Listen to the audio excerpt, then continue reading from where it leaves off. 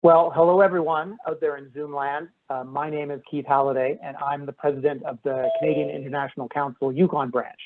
And welcome to our first ever event. We wish you were here in person, of course, but Zoom's pretty good. I'd also like to welcome all our other CIC members and guests, and our guest speakers. I'm really glad that you could all join us today. Before we do start, I'd like to recognize that CIC Yukon members live, work, and learn on the traditional territories of the Kwanlin First Nation and Tonquichan Council. For those of you who are not familiar with the Canadian International Council, we're an independent, nonpartisan, membership-driven think tank with the express mandate to engage Canadians on international affairs. Now, what makes us different from many think tanks is that we have branches in 19 Canadian cities, Whitehorse being the most recent, with 1,400 members across the country who are deeply involved with and interested in Canada's role in the world. You can find out more about us by Googling the Canadian International Council. If you're not a member of the Yukon branch and would like to join us, then please get in touch with me. I'll put my email address in the chat area later.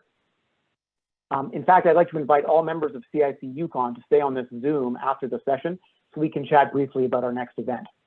I'd also like to thank Chris Kilford and the CIC Victoria branch for helping us get the Yukon branch and this event up and running. This morning, we've been joined by Dr. Mark Williams. His new book focuses on the Asia-Pacific region, as you know. This is a region characterized not only by unprecedented economic growth, but it is also being on the front lines of the tension between democracy and authoritarianism in the region and around the world.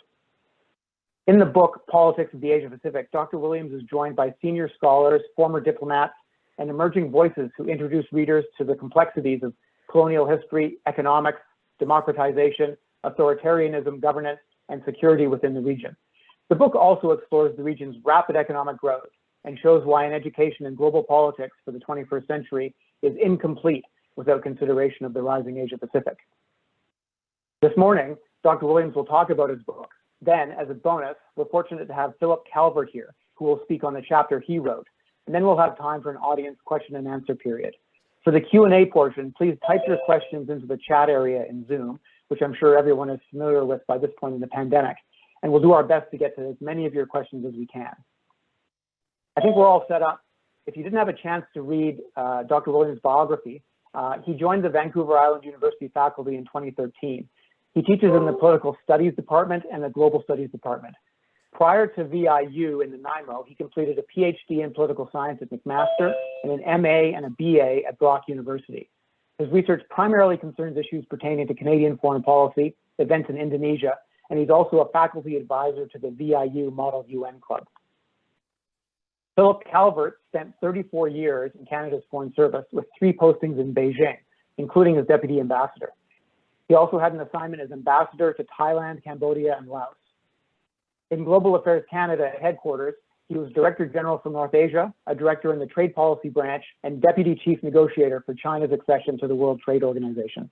Today, he's a Senior Research Fellow at the Center for Asia-Pacific Initiatives at the University of Victoria and a Senior Fellow at the China Institute at the University of Alberta. He also has a PhD, in his case in Chinese history from the University of Washington.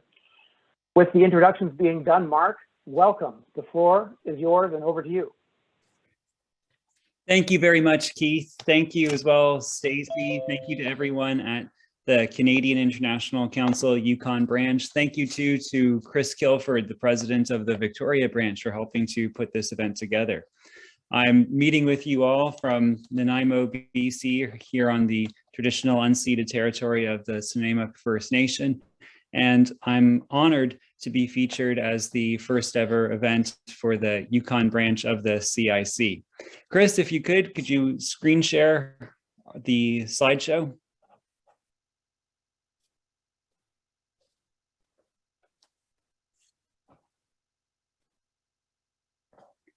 Thank you, Chris. Let's go to the next slide.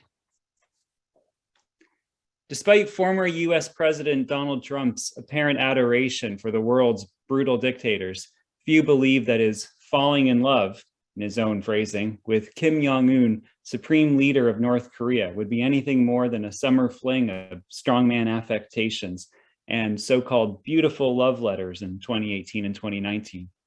The romance culminated in a summit between Mr. Kim and Mr. Trump with the signing of the joint statement, committing the two countries to maintaining regional peace and the denuclearization of the Korean Peninsula. However, national interests are bigger than even the most outsized personalities.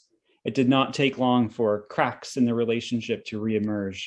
Though Mr. Trump did not seem too concerned with Mr. Kim deriding the Democratic nominee for President Joe Biden as a so-called rabid dog who needed to be beaten to death with a stick, North Korea's ominous warning a year later could not be so smugly shrugged off by even the least geopolitically astute US president of the last century.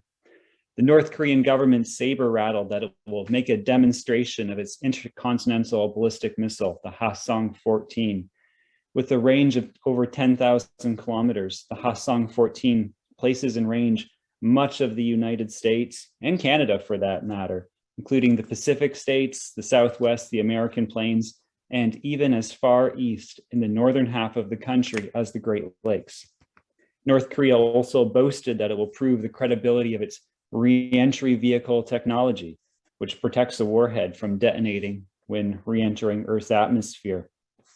Christmas will be coming early for Americans, a North Korean state broadcaster chirped eagerly. A historic source of friction between North Korea and the US is the annual Full Eagle exercise held by US and South Korean forces in March of every year. This is the largest annual military exercise in the post-Cold War era, an event bitterly denounced by North Korea. Mr. Trump announced plans to end Full Eagle in mid-2018, then flip-flopped a few months later to announce they would resume. Military exercises were the crunch point that resulted in the severing of the relationship between Mr. Kim and Mr. Trump. According to Washington Post's Bob Woodward, who was allowed to read most of the letters that Mr. Kim sent, Woodward described the final letter from Mr. Kim ending the relationship as sounding as if it came from a disappointed friend or lover. In retaliation to Mr. Kim's threats of renewed testing, the US and South Korea communicated to the UN command their plans to perform an exercise with 300,000 South Korean troops and 30,000 American troops, unless North Korea backed down from missile testing. In case a diplomatic communique was too subtle, Mr. Trump tweeted to his domestic base that these exercises will be so big and explosive, even little Rocket Man won't need a booster seat to see it. North Korean state television announced that the actions of the erratic old man of the imperialist US have made the 2018 joint statement between the US and North Korea void. North Korea renewed its pledge to test its ICBM technology and warned of a high altitude detonation of a nuclear device, the kind the world has not seen since the US and the Soviet Union banned their use in the 1960s, where only a couple of satellites were up orbiting the Earth. A new American president is now in office, but this does nothing to bring the US and North Korea closer to a shared purpose for the Asia-Pacific. 2022 is only a month old, but North Korea has tested over a dozen missiles to menace North Korea and Japan. Now, imagine for a moment a scenario where North Korea went ahead with a high altitude detonation. Public fear will increase when it's disclosed that an electromagnetic pulse of such an explosion may disable the world's satellites. It will threaten the ability of the US military to fight a war, but also compromise the operability of cell phones, television broadcasting, the internet itself, and even electrical power grids around the world. Stock markets still reeling from COVID-19 crash.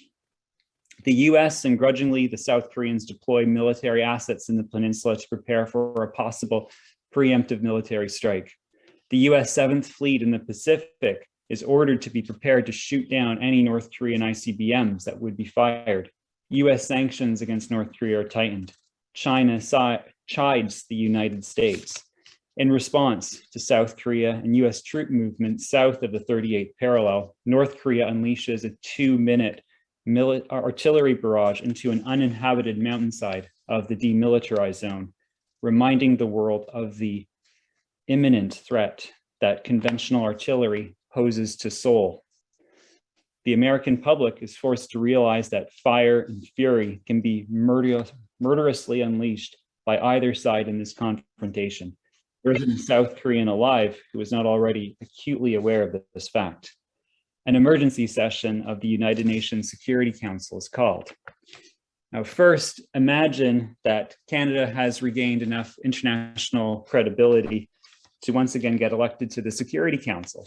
Second of all, imagine yourself as a senior member of Global Affairs Canada, tasked with trying to advise the Canadian government in negotiating a de-escalation to this crisis.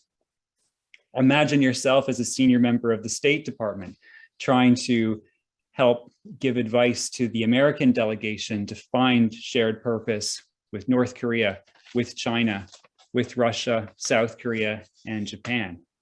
Now, even for a moment, go so far as to imagine yourself as a member of a North Korean delegation, attempting to address the United Nations, trying to prevent Armageddon, while simultaneously trying to keep yourself and your loved ones out of a North Korean gulag. There are really three sources that I had that inspired this book, The Politics of the Asia-Pacific, Triumphs, Challenges, and Threats. And one major source of inspiration was from the active learning sequences that I had been doing with my classes at Vancouver Island University for the last 8 years. This little discussion that I open with is actually from one of these active learning sequences, imagining a UN Security Council emergency session on a crisis in North Korea that's done in a model U-nation style. Another simulation in the event is for a women's movement conference, where different students they represent different women's rights groups in the region and talk about the work that they do. And another active learning chapter focuses on a summit of the Association of Southeast Asian Nations meeting during another Asian financial crisis. Another source of inspiration that I had for this book was that the Asia-Pacific is such a large, diverse group of countries consisting of Northeast Asia, or what we normally just call East Asia, China, Japan, Korea, Taiwan, but also Southeast Asia as well. And so what I wanted to do was to bring together a group of experts at different points in their career and with different areas of expertise, either different issues that they might be experts in or different countries that they might be really knowledgeable of, to bring them together and to have them collaborate with me, with each other, and put together a well-rounded book that could be suitable for classrooms that study the politics of the Asia-Pacific. And finally, it's important, a final source of inspiration is that it's important to study the Asia-Pacific, not just because of the rapid growth of a number of the economies in the region, but because a great deal of the politics in the Asia-Pacific remains profoundly unsettled. Many countries have experienced unparalleled economic growth since achieving their independence. But this growth has not ushered in an end of history where liberal democracy is triumphant. Paradoxically, rather than assuaging political anxiety in the region, rapid economic development may in fact be contributing to a case of uncertainty regarding the Asia-Pacific's geopolitical future. Deep political tensions persist here. Questions remain surrounding the legacies of colonialism, the limits to democratization, a Cold War history that was the most violent in the world's most autocratic and repressive state that just so happens to have recently acquired nuclear weapons, as we just considered. The balancing of the sovereignty of the state with commitments to international organizations, and whether the region and a superpower on the other side of the Pacific can reach a peaceful shared purpose with a once and future superpower that is ruled as a one-party state. The Asia-Pacific looms large in our world, and the world is all the better for having individuals with a greater appreciation of its triumphs, its challenges, and its threats. Next slide, please. Thank you, Chris. Consider the pandemic. It's touched all of us. It reveals some critical features surrounding the politics of the Asia-Pacific, features that reverberate for people around the world, even those of us on the other side. its triumphs, but also its challenges and its threats.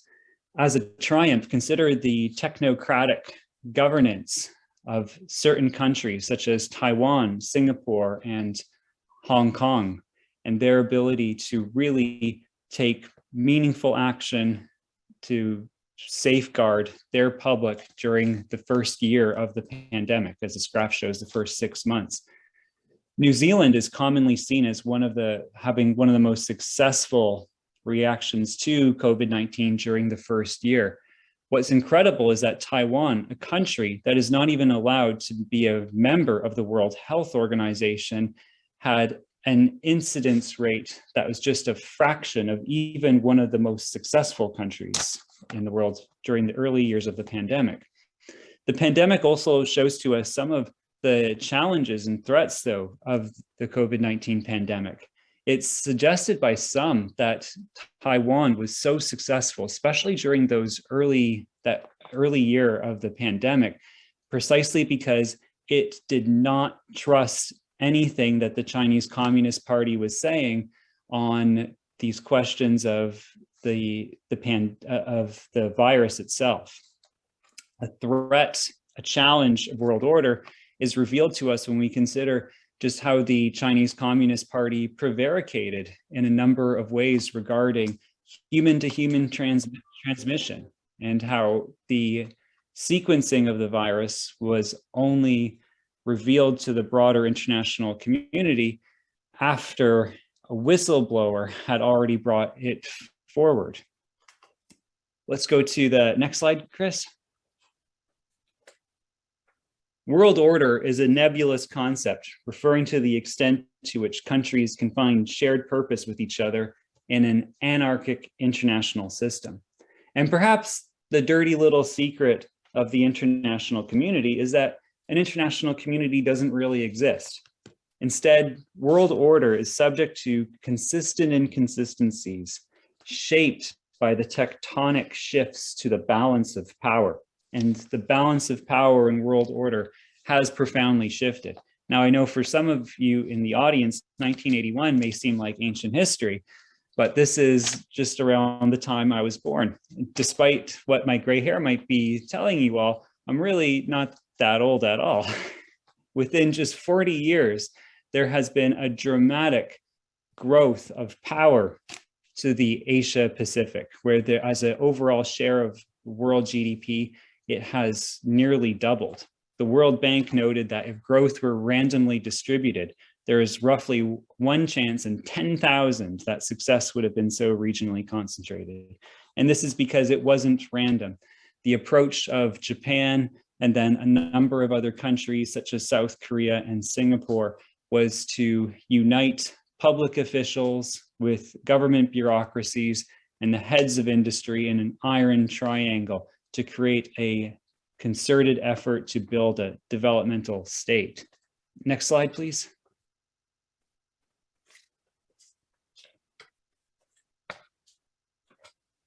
In 1960, just around when Singapore was achieving its independence, it had the GDP per capita equal to about 1/6 of the GDP per capita of the Soviet Union. Today, Singapore's GDP per capita is over 6 times greater than that found in the Russian Federation. Next slide, please, Chris. In 1960, China had a GDP roughly 11% that of the United States. In 2021, it was around 85%. It may in fact be equal to the US within 6 years. If one adjusts for purchasing price parity, or the cost of goods and services between countries, is estimated that China's economy might currently be 25% larger than the Americans. Certainly by 2030, it'll reach 100%. By 2050, it'll probably be over 150% that of the American economy in real figures. If you look at world economic growth in the years leading up to the COVID-19 pandemic, 40% of the entire economic growth of the world was concentrated in the People's Republic of China. But China is not Japan or South Korea or Taiwan.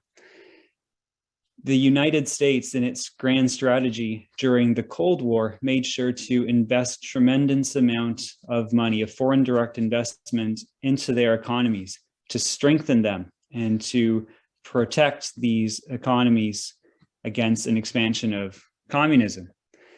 The case of China is certainly more complex than that of Japan. With the United States, it has opened up to China since the 1970s during the years of the Nixon administration as a way to bring China into an international society. But at the same time, it is not to ensure the survival of the Chinese Communist Party, but rather to bring them into an international society with the hope that China will change, that fundamentally its government will become something else. China is a rival to the United States in a number of important ways, and the size of its economy is unprecedented in American foreign policy history. No rival to the United States has, since the beginning of the 20th century, had an economy greater than 60% of its own economy. Wilhelmine Germany of World War I did not have an economy 60% the size of the United States. At no point in the Cold War had the Soviet Union's GDP ever equaled 60% of the Americans. And even during World War II, Nazi Germany and the Empire of Japan combined never had an economy equal to 60% of the American one. Next slide, please. A rules-based international order is the oxygen of international cooperation, according to Richard Haass, the president of the Council on Foreign Relations. Its norms, rules, procedures, and institutions provide a forum for diplomatic relations and a space that facilitates the mutual adjustment of states to prevent tensions between them from cracking into dangerous fissures. The rules-based international order in most of world order is characterized, though, by tension, a tension between the supreme sovereign authority of the state and the obligations that states have to each other to maintain stability and prosperity, known as a pooling of sovereignty. It is an imperfect forbearance, a restraint on the decisions of a sovereign state and a restraint on the national interests of any one country to hold them back from taking action that might threaten the national interests of another. The post-World War II rules-based international order has always been imperfect. The United States, the hegemon that did more than anyone to create the rules-based international order, has at times imperiled it, such as in the case of the Vietnam War, to use an example from the Asia-Pacific, but also the 2003 invasion of Iraq. Even Canada, a country whose foreign policy is deeply linked to multilateralism, has at times defied the international cooperation in a rules-based international order on issues of Canadian mining companies or the negotiations leading up to the Declaration on the Rights of Indigenous People, and on climate change as well. The Asia-Pacific, though, presents unprecedented challenges to the rules-based international order because the balance is set to swing in favor of the supreme sovereign authority of states. Sovereignty may have its origins in European history at the culmination of the wars of religion that ended with the Treaty of Westphalia. But make no mistake, the Asia-Pacific is the most Westphalian of regions, where sovereignty is sacrosanct. The Asia-Pacific lacks a rules-based international order compared to something like the European Union, which has a very thick degree of institutionalism. And this is because in the 1990s, when the Clinton administration wanted to try to facilitate this with APEC, the Asia-Pacific Economic Cooperation, China opposed it. The United States wanted to turn it from the Asia-Pacific Economic Cooperation into the Asia-Pacific Economic Community, and went nowhere. Instead, what happened during the height of the Cold War in the Asia-Pacific, a time when Southeast Asia was essentially a powder keg, where Indonesia under President Sukarno was threatening a foreign policy called konfrontasi, which means confrontation. It had invaded Malaya, trying to prevent it from being independent, threatening Singapore, even removing the country from the United Nations. Vietnam as well underwent a brutal war of unification, which dragged in the Americans and was one that spiraled out of control, affecting and destabilizing Laos and Cambodia, and made constant threats against Thailand. Cambodia too underwent a brutal genocide during the time of the Khmer Rouge regime in the 1970s, where perhaps as many as 2 million people out of a population of only 8 million were murdered in the most terrifying ways imaginable. In the 1960s, or the late 1960s, representatives from Indonesia got together with representatives of Thailand and Malaysia, Philippines, and Singapore, and they met at a golf course and set the foundations for an association, the Association of Southeast Asians, nations, known as ASEAN. And over time, they began to grow. Some of the growth came quite easily, such as the inclusion of extremely wealthy Brunei. But other nations were brought into ASEAN after difficult and intense negotiations, such as Vietnam. Singapore and Thailand largely opposed the introduction of Vietnam into ASEAN.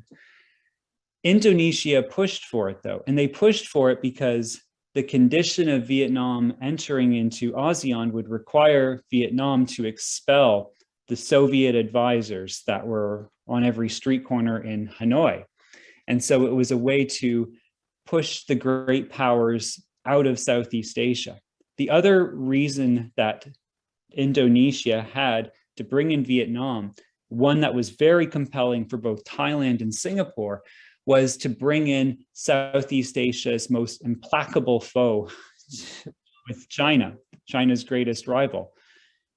Vietnam, a communist country, invaded Cambodia, another communist country, to defeat the Khmer Rouge. Vietnam only was forced out of Cambodia when it was invaded by communist China. And so by bringing in Vietnam, there was a way to try to bring together greater counterweight to China. And ASEAN's goal has never been to try to banish China from the region, but rather it is to have a number of smaller countries work together and through a multilateral form engage with China, as well as other countries like Japan and South Korea. But ASEAN has always been careful about putting limits on the organization by supporting the supreme sovereign authority of states. Most tragically, Chris, can we go to the next slide? It's been said that in some ways, ASEAN has brought peace and stability to Southeast Asia and to the Asia-Pacific more broadly, but it has been an illiberal peace. This is really quite pronounced in the last few years when Myanmar has backslided into an extreme form of authoritarianism under its armed forces, the Tatmadaw, where the destruction of the Rohingya people, their expulsion into neighboring Bangladesh, has really shown the weaknesses of ASEAN and its inability to really impose restraint or impose forbearance upon its members. Perhaps most telling is the growing authoritarianism of China. In countries across the Asia-Pacific, the privileges of the authoritarian elite remain robust and threatening to those who defy their will. And the West was certainly full of observers hopeful that The demonstrators in China at Tiananmen in 1989 could force a glasnost to accompany China's perestroika under Deng Xiaoping, only to see a generation of well-intentioned reformers be brutally repressed. A more tempered and chastened hopefulness emerged again around 1997 when diplomats and analysts held out that perhaps Hong Kong's political rights and civil liberties, and especially its rule of law, might poison the Chinese Communist Party from within. And again, others thought in 2000 that accession to the World Trade Organization will socialize China to become a responsible stakeholder, in the words of former World Bank President Robert Zoellick, only to be sorely disappointed. With Xi Jinping now firmly entrenched in power, not even tennis stars are safe, or even the once richest man in the country. China's political future looks little different from its present. Next slide, please. It may take until 2050 for the GDP of China to reach 150% of the Americans' GDP. But today, already, the greenhouse gas emissions of China have far surpassed 150% of the emissions of China and are actually set to double the emissions of the United States in a few short years. It's simply impossible for the world to take meaningful action on the climate if the Asia-Pacific is not involved to abate greenhouse gas emissions or protect the region's forest. And perhaps it is no greater test for the rules-based international order than finding shared purpose on taking climate change seriously. And there are some encouraging signs. No country invests more in solar and wind than China, but then again, no country invests more in coal than China either. Indonesia is another telling example of the politics of the Asia-Pacific. It is the first developing country in the entire world to voluntarily make commitments to reduce greenhouse gas emissions. But it has found itself struggling to actually deliver on those promised reductions. There was this idea that $1 invested in fire suppression of the peatlands would help reduce 1 ton of carbon emissions. And it has been far more complicated than that. And Indonesia, though it's seen losses to its manufacturing sector, it's been a highly extractive resource-based economy for the last 20 years, and it has become the second largest exporter on coal. On the topic of climate change, the future looks very uncertain. Next slide, please. Over 2,400 years ago, Thucydides, a soldier in the Athenian army, wrote his History of the Peloponnesian War, a cataclysmic war fought between Athens and Sparta. And though the war had many causes, at one point, Thucydides offers the most parsimonious, the most simple explanation for the war. He said it was caused by the rise of Athenian power and the fear it provoked in Sparta.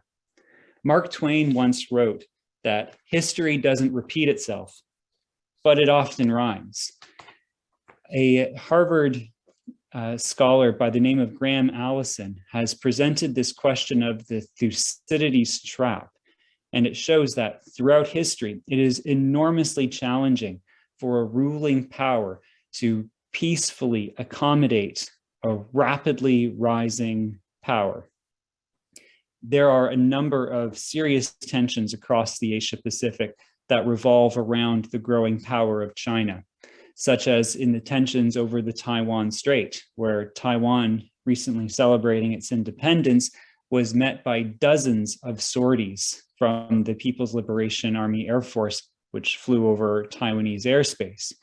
There are also a number of ongoing tensions in the South China Sea, where China has claimed sovereign rights over a sea right up against coastlines of countries such as Philippines, Indonesia, Malaysia, and Vietnam.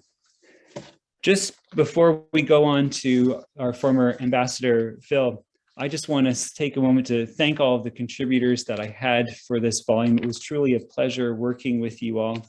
I just want to say too that I'm so grateful to have been with my partner, Linda, for the last 16 and a half years, a person who I felt destined to spend the rest of my life with ever since we were young grad students in the fall of 2005. And finally, I dedicated this book to our adorable and, well, sometimes tightly wound kids, Iris and Hazel, because I'm not entirely confident that their world will be as stable or as prosperous as the world that I came of age in, which was a world characterized by more than enough injustice and peril. Thank you very much. However, I am confident that the world will be a better place, having a realistic understanding of the politics of the Asia-Pacific, its triumphs, its challenges, and its threats. Thank you all.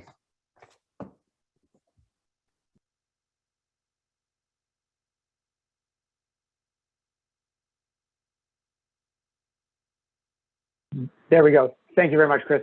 Mark, that was fantastic. Thank you so very much. And Phil, we'll now turn it over to you. And thanks to everyone who's been sending me the questions either directly or in the chat. We're looking forward to this Q&A session. But thanks, Mark, and Phil, over to you. Thanks, and thanks. Great to listen to Mark, your presentation. Thanks to the CIC and congratulations to the CIC Yukon for setting us up and thanks for inviting me. It's a real pleasure to be here. I'm going to talk not for a long time because I think we want to have some time for questions. But I just wanted to talk a bit about the chapter I contributed to the book, which is called Democracy and Authoritarianism in Southeast Asia. Now, this is a topic that could fill many bookshelves. And so, there's been, and it has filled many bookshelves, frankly. A lot of people have written about these issues. The intent was to give an overview with some historical background and then address a few broad questions about governance and politics and democracy in the region. This is something that's constantly evolving, of course. The political situation in Southeast Asia is constantly evolving and sometimes very quickly. And just in the context, this was written this chapter is written over a period of time, started a couple of years ago. The final draft went to the publisher just after the coup in Myanmar, and so that was a year ago. So things have evolved since then. So that's one of the contexts for the chapter is this is trying to capture, in one sense, some background to what the situation was, but it's also, in a sense, a moment in time of what the situation with democracy and authoritarianism in the region. I think there's a few things to consider when we try to write something like this. One is just the diversity of experience and governance in Southeast Asia. And the chapter touches on some countries more than others, but there is, in the post-war period, the experience for most of the countries coming out of colonial governance, sometimes in very bitter battles to achieve independence and then battles within the region. All of those have formed and informed the kinds of governments that emerged and have dominated the region since the 1950s. One of the things that I think we have to think about, and I was involved in foreign affairs for a long time, was that I think, and Mark referred to this, I think, say 20 years ago or so, there have been periods when he was talking about China, there have been periods when people thought there was going to be a more democratic, more accountable government, et cetera, coming out of China, that China would evolve into a more open society. And that didn't really happen. In Southeast Asia, I think the people had expectations based on some very optimistic situations, in circumstances in 20 years ago, about how things would evolve in Southeast Asia. That democracy would continue to grow, that there'd be continued economic development, and this would lead to more, democracy. And we saw in that period, starting, I suppose, with the people power movement in the Philippines in '86, and then through the 1990s, we saw a number of authoritarian governments and dictators be replaced by more democratic governance systems. And it was, I think, assumed and hoped that this would be a process that would continue. And this is based on, I think, sometimes just the theory, that this is how societies evolve as the middle class becomes more wealthy. But I think sometimes that overlooks essentially what are the local characteristics.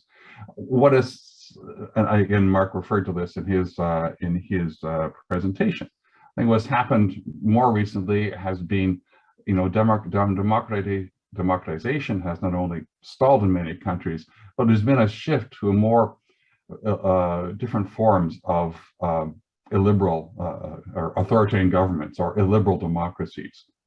The kinds of authoritarianism varies with different countries, but one way or another, even in countries that have elected governments, you're seeing very strong authoritarian trends, whether it's in the Philippines and the amount of extrajudicial killings that are taking place, corruption, leaders having to, in some ways, accommodate some of the more authoritarian and anti-democratic forces in their country, and being supported sometimes by technocratic governors or technocrats who look at democratic reform and try to find the balance between that and what kind of economic development they want to have there. So we've seen, I think, in the last few years, this shift that we thought was going in one direction shift to a different direction.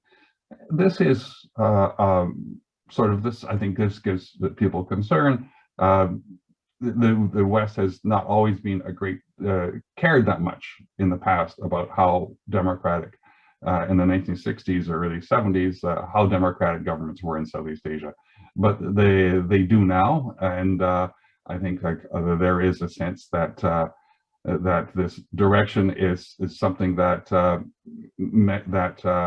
is caught up in also great power rivalry in the region. One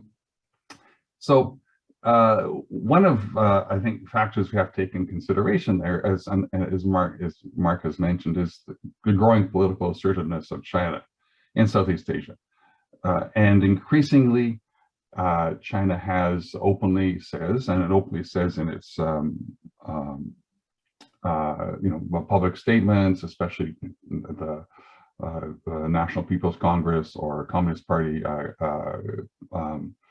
congresses, etc., public statements by Xi Jinping and others, that China has a model of development that rivals that which the West offers. This idea of liberal democracy and in theory open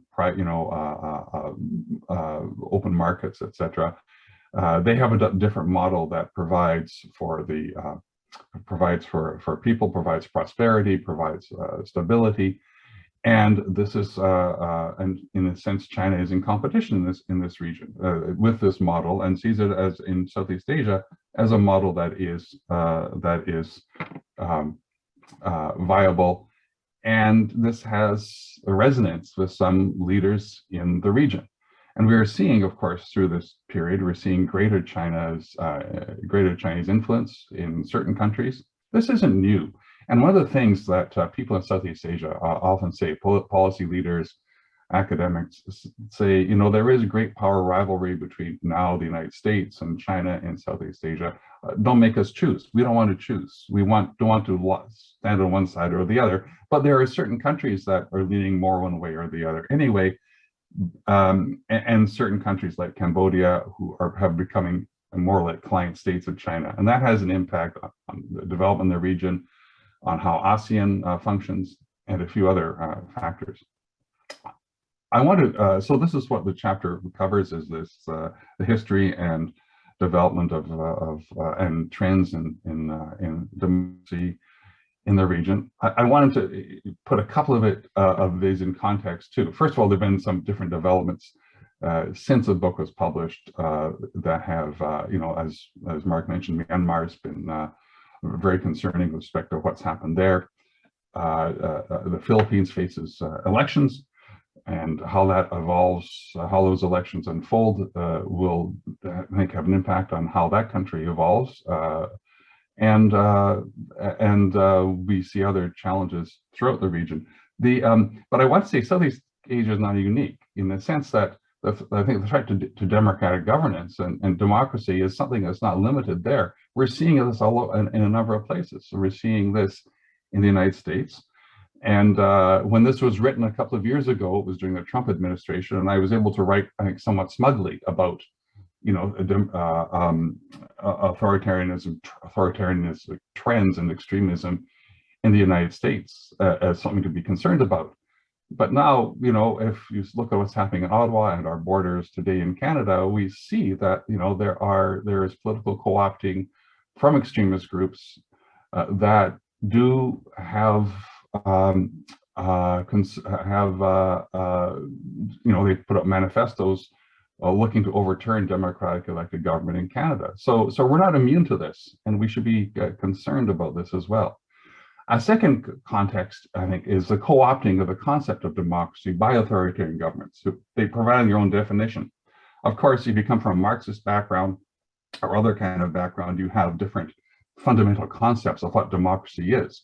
But now, if you look at this Xi Jinping Putin statement earlier this month after their meeting, it talks about how each country has a long-standing commitment to democracy, and they rely on thousands of years of experience of development, broad popular support, and consideration of the needs and interests of citizens. In other words, other states, the West, don't have the right to impose their standards of democracy, which is ideologically driven, whereas we, the leaders of China and Russia, are mostly concerned about our people, so don't interfere in our internal affairs. So to a certain extent, the statement, of course, is true in the sense that governance arises out of historical and cultural circumstances. But this is another indication, I think, that of a concern that we should have, that democracy is no longer, China especially has been talking about democracy as being, they have their kind of democracy that has, this is what it provides to people, and they own it in a way that should not be criticized or challenged. So these are large trends. I think whenever you write a book like this or a chapter like this, as I said, it's a moment in time. To see how this evolves in the next few years will be important, and to see how this plays out in the context of great power rivalry will have an impact on Canada's interests in the region as well. I think I'll stop there because I'd like to leave time for questions. So thank you. Yeah, thanks very much, Phil. That was fascinating. I've got some questions for you in a minute, but maybe the first question is to you, Mark, and it's about China. The book in multiple places talks about detention to the regional order caused by the rise of China. The question is, as you put the book together, the chapters came in, you read them, and even the year or so since the book was finalized to today, how did your view change on the pressure China puts on the regional order? Oh, yeah, that's a great question, Keith. It's something that I commented on in my introductory comments, and how so much of the politics in the region is so unsettled, right? As Phil noted, that these events have just been transpiring so quickly. It's almost as if history is on fast forward in the region, and so there's just so much really happening. I think that if anything, I might be a little bit more concerned overall for the state of the region with respect to the rise of China. It seems like tensions with Taiwan have just really escalated within the last couple of years. And I even saw this one study. It was based on a poll done with experts and business elite in Southeast Asia. And they were asked whether they saw the rise of China as benign, and only 2% of all respondents in Southeast Asia agreed with that statement. So if anything, I think that it seems as if the stakes have really escalated within Southeast Asia as well as Northeast Asia with Taiwan. So I'm kind of a little bit even more concerned now than I was 2 years ago. Yeah, thank you, Mark. Phil, a couple questions have come in on economic themes in Southeast Asia. We used to talk about the Asian tigers, the smaller economies that grew rapidly, export-based economies. A lot of them grew up before China joined the WTO. Now China is an economic colossus in the region, and COVID also has everyone talking about reshoring supply chains to the US or Canada or Europe. What does that mean for these smaller dynamic economies in the region? Well, that's a good question. I think what COVID has done, I think, has had people look at their supply chains and look at supply chain resilience. What was happening already before COVID hit in the region was that some companies were in terms of expense or other problems they were having, some companies were already starting to move some of their production out of China into Southeast Asia. And especially some of the lower end production, which because of costs were rising in China and labor was cheaper in other parts of the region. So that was happening. And also there were in addition to the cost, there were other reasons in terms of just ease of manufacturing and that sort of thing. And what COVID, I think, has been doing, there have been all the supply chain disruptions coming from Asia, and that has been a problem. But I think the overall trend COVID has done is to, on the one hand, strengthen some of the possibility of more manufacturing and increasingly upper end in some Southeast Asian countries in the region. These countries aren't going to replace China anytime soon. China has extremely sophisticated, complex, well-developed manufacturing networks, and they themselves, of course, need their own inputs to provide their exports to the world. So they're importing to provide their exports. But the other thing that's been part of this has been the concern about supply chain resilience, and whether another number of countries, Canadian and other manufacturers, got hit when manufacturing shut down in China, the early stages of COVID, and have started to look since then at how you try to prevent this happening. Should you have another alternate source of certain components for your production? I don't know where they're going to. That's obviously more expensive. That's obviously more complicated. I don't know where they're going on that, but it's certainly something that countries are discussing or our companies are discussing and looking at. So there's that aspect of it in the long term. The other thing about this is China, the economies in the region, is the international trade agreements. RCEP, the Regional Comprehensive Economic Partnership, is now coming into effect. The comprehensive and progressive, the TPP, the Trade Transprovincial Partnership, has members of Southeast Asia and Asia in it as well. So you have these two kind of different trade agreements operating in the region that have come fairly recently, are coming into effect, and that should have affect trade flows and probably strengthen intra-Asian trade, as well as strengthen access to some of the markets there. Canada hasn't been pursuing the Regional Comprehensive Economic Partnership. Probably we should, but that's another story. Yeah, thank you, Phil. Another question for Mark, but also with a bonus aspect for you, Phil. So Mark, you already mentioned the alignment between China and Russia, and of course the Olympic opening ceremonies where all the delegations came in with President Putin and President Xi right there in the VIP seats. Where it was a very symbolic moment.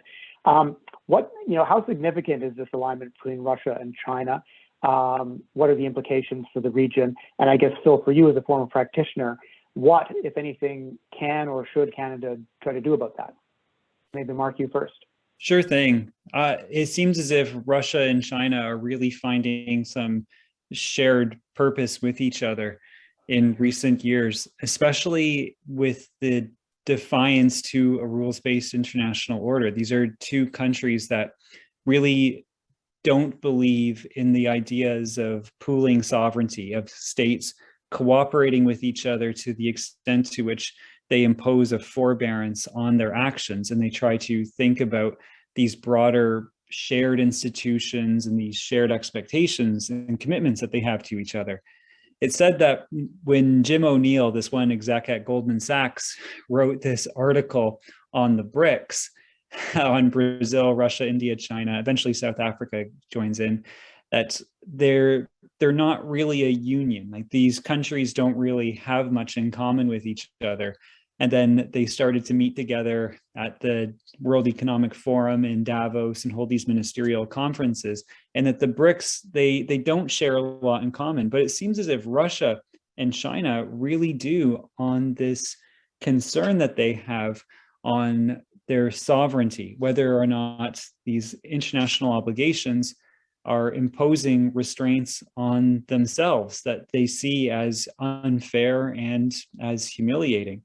The international community, certainly the European Union, has some leverage on Russia with respect to Ukraine right now, with respect to the Nord Stream 2 pipeline, and to potentially block Russia from the SWIFT source of international payments. And the thing is that, well, if the European Union was actually to really put that kind of pressure on Russia, it seems as if Putin is, just as easily can look eastward and simply sell gas and sell more oil to China anyway. So I do think that there's this common cause that's between these two. And I think that they see the rules-based international order as threatening, but I also see that they have this common cause with respect to undermining the democracies of the world. Both of these countries have been active in trying to foment discontent amongst societies in the West and really around the entire world, that they are trying to convince people of the incompetencies and failures of democracy and trying to offer up their own model as examples of order and stability, because they feel threatened by democratization. And so they are emboldened by this democratic recession that's set in across so much of the world. I'll let Phil go to the next part. Thanks. Yeah. So Phil, maybe this is our last question, I suppose. So, and it is in a sense the money question. What should Canada do about it? What advice would you have for the Canadian government? Well, first of all, as a old China historian, one of the things I also think about when I think about China and Russia are two things. One is that here are two countries that are trying to harken back to an imperial order, an imperial age, and they certainly see themselves as restoring this. And that I think is part of the dynamic. Each country rooted in its own history.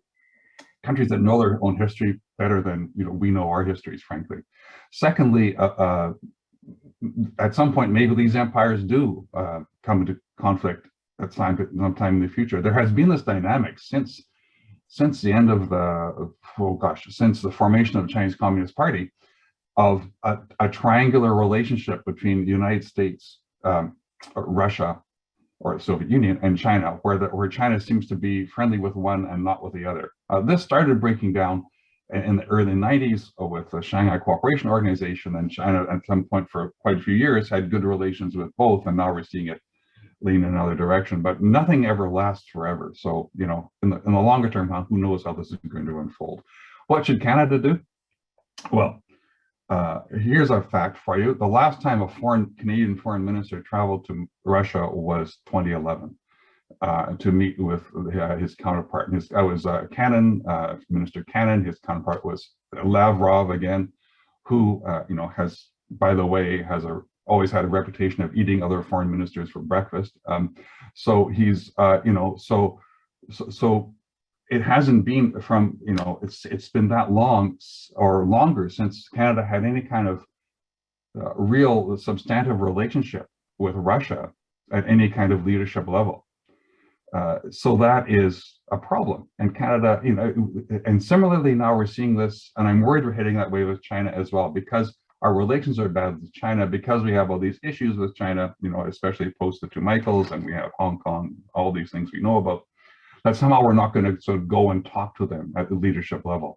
This is in fact, and there's this kind of, I think, a popular idea amongst politicians too, that somehow meeting people and meeting with your counterparts involves approval, that you want to meet with people you like, or that you agree with. And so it's kind of a larger phenomenon, a larger manifestation of a phenomenon we're seeing in local politics, or people where we're in our bubbles and talking to each other. It's easy for Prime Minister Trudeau to go and meet with his European counterparts and kind of agree on most things. It's harder to go and sit down with Xi Jinping or President Putin across the table, dealing with some really tough issues. But that's when you need to do it. That's when you need to be engaging with these people and talking with them, is when you have problems. So what Canada can do is get serious about these relationships at very high levels, endure some political flack, and go and sit down and discuss some of these very serious issues. Because, as Mark said, it's not just about conflicts you have, it's also about how you address global issues of climate change and global health, all these challenges, and that requires working with these countries. So what can Canada do is actually take some initiative and try to talk directly with these leaders. Thanks, Phil. And so we're at time, everybody. We'll want to respect your time. We have lots more questions. This is a super interesting discussion, but we'll have to wrap it up there. Mark and Phil, I really want to thank you for your time. Thank you for sharing the book with all of us. And this was a great session. Everybody else, the CIC has lots more Zoom events coming up nationally and out of the Victoria branch. Check the national website to find out the details about those. And for everybody else, thanks for attending. That was great. And for the Yukon members, I would ask you to stay on the Zoom, and we'll chat about our event number 2 for a few minutes after the session.